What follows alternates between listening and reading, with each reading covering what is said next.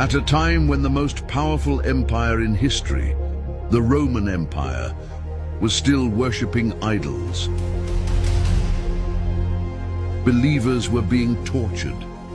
7 young men who held important positions in the empire chose to believe and could no longer stay silent. They stood before the Roman emperor and shouted, "Allah is one!" Despite threats and pressure, they never stepped back. This bold act of dawah was going to be rewarded by Allah in an extraordinary way. They went to hide in a cave and fell into a sleep that felt like only one day to them. But in the world's time, 300 years had passed. Could this unbelievable event mentioned in the Quran really be a case of time travel? Were these people, known as ASHABUL KEHFU, actual time travelers? We will explore these questions by looking closely at the words of the Quran and seeing what science has to say. Once again, we're here with a powerful and striking video. Don't forget to subscribe, like the video, and turn on notifications.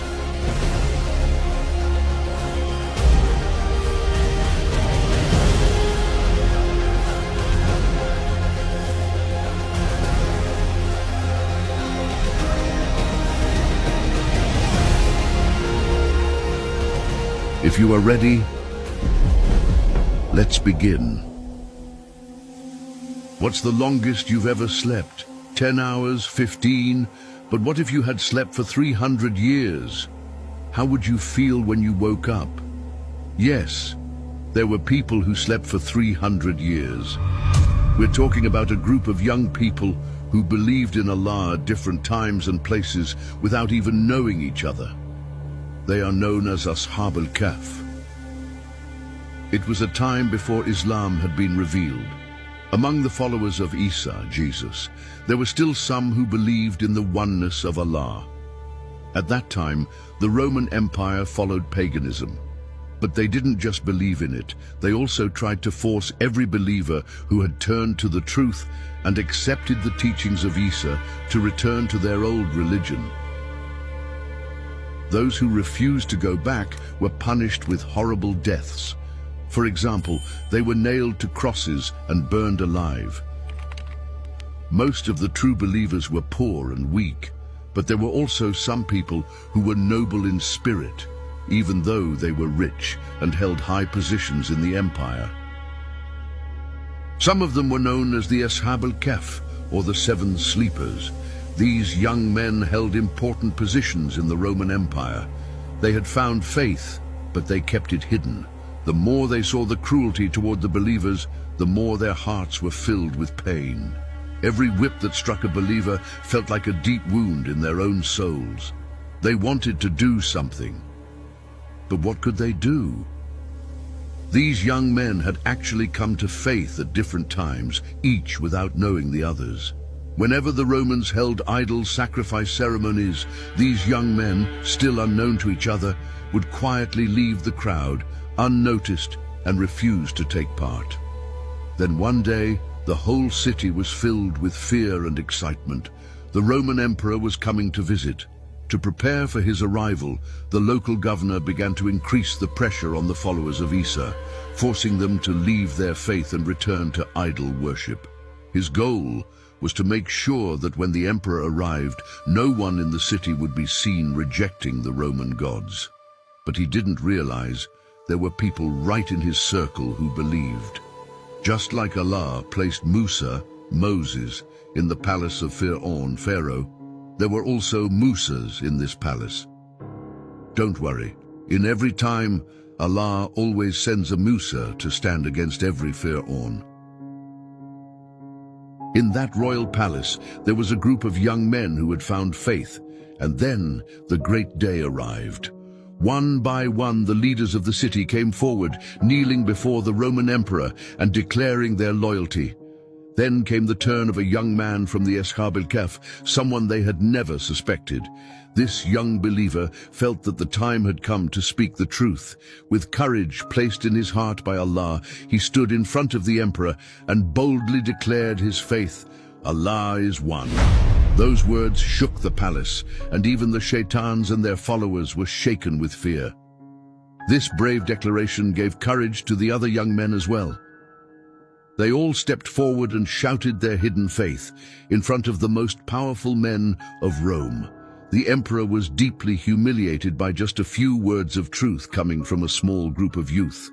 Pagan Rome, the mighty empire that ruled the world with the largest army and the greatest borders, was now facing a faith that defied death itself. These young men were full of Iman that challenged the universe. Those around the emperor demanded their execution. But the emperor knew very well, if he killed these young men, their story would spread across all of Rome, and they would become heroes. That was the last thing the emperor wanted. So instead, he gave them 3 days to return to their old religion. And of course, those 3 days came with torture and threats. Yes, true believers in every time have faced hardship. This is the path of faith. If you believe, you will pay the price. If you believe, you must be patient. If you believe, you will say, both blessings and trials are from Allah, and both are good. Nothing could make these young men give up what they believed. They found a way to escape from the place they were being held. And late at night, they began their journey away from the city toward the countryside. Eventually, they reached a cave believed to be on Mount Angelus and took shelter there with full tawakkul in their Rabb. With them was a dog named Kitmar, who followed them on their journey. Those who tried to chase and catch them ran out of the cave in terror. And what happened to them inside that cave for nearly 300 years is described in the powerful ayat of Surat al-Kahf. When they woke up, they didn't realize that more than 300 years had passed. They thought they had only stayed in the cave for 1 day because their bodies looked the same and they felt no difference at all. But when they tried to use their old coins to buy food, they discovered the shocking truth. Yes, this might be one of the most interesting time travel stories in all of history. But what does modern science say? Did they really travel through time? From verse 9 to 26 of Surat al-Kahf, the story of the ASHABUL KEHF is told in detail. If we listen to the ayat carefully, we might see the hidden time travel signs and even find some scientific clues.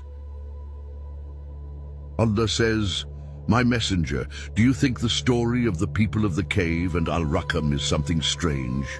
When the young men took shelter in the cave, they said, 'Rabbana, give us mercy from you and guide us to what is right in our situation.' So we sealed their ears in the cave for many years. Then we woke them up to see which of the two groups could better calculate how long they had stayed. We tell you their story with truth. They were young men who believed in their Rabb, and we increased their guidance. O Messenger, if you had seen them in the cave, you would have noticed the sun turning to the right as it rose and to the left as it set, while they lay in a spacious area inside the cave. This is one of the signs of Allah. Whoever Allah guides is truly guided, but whoever He lets go astray, you will never find a friend to guide them. If you had looked at them, you would think they were awake, but they were sleeping. We were turning them to the right and the left. Their dog was lying at the entrance of the cave with its front legs stretched out. If you had seen them, you would have run away in fear, and your heart would be filled with terror. Then we woke them up. They began asking each other, 'How long have we stayed?' One of them said, 'Maybe a day, or less than a day.' Then they said, 'Your Rabb knows best how long we stayed.' They remained in their cave for 300 years, and they added 9 more. Say, Allah knows best how long they stayed. This part contains an important detail about how time is measured. Some scholars say the difference between 300 and 309 years comes from the lunar and solar calendars. According to the lunar calendar, 300 years is equal to about 309 years in the solar calendar. This shows a precise calculation related to the concept of time in this story.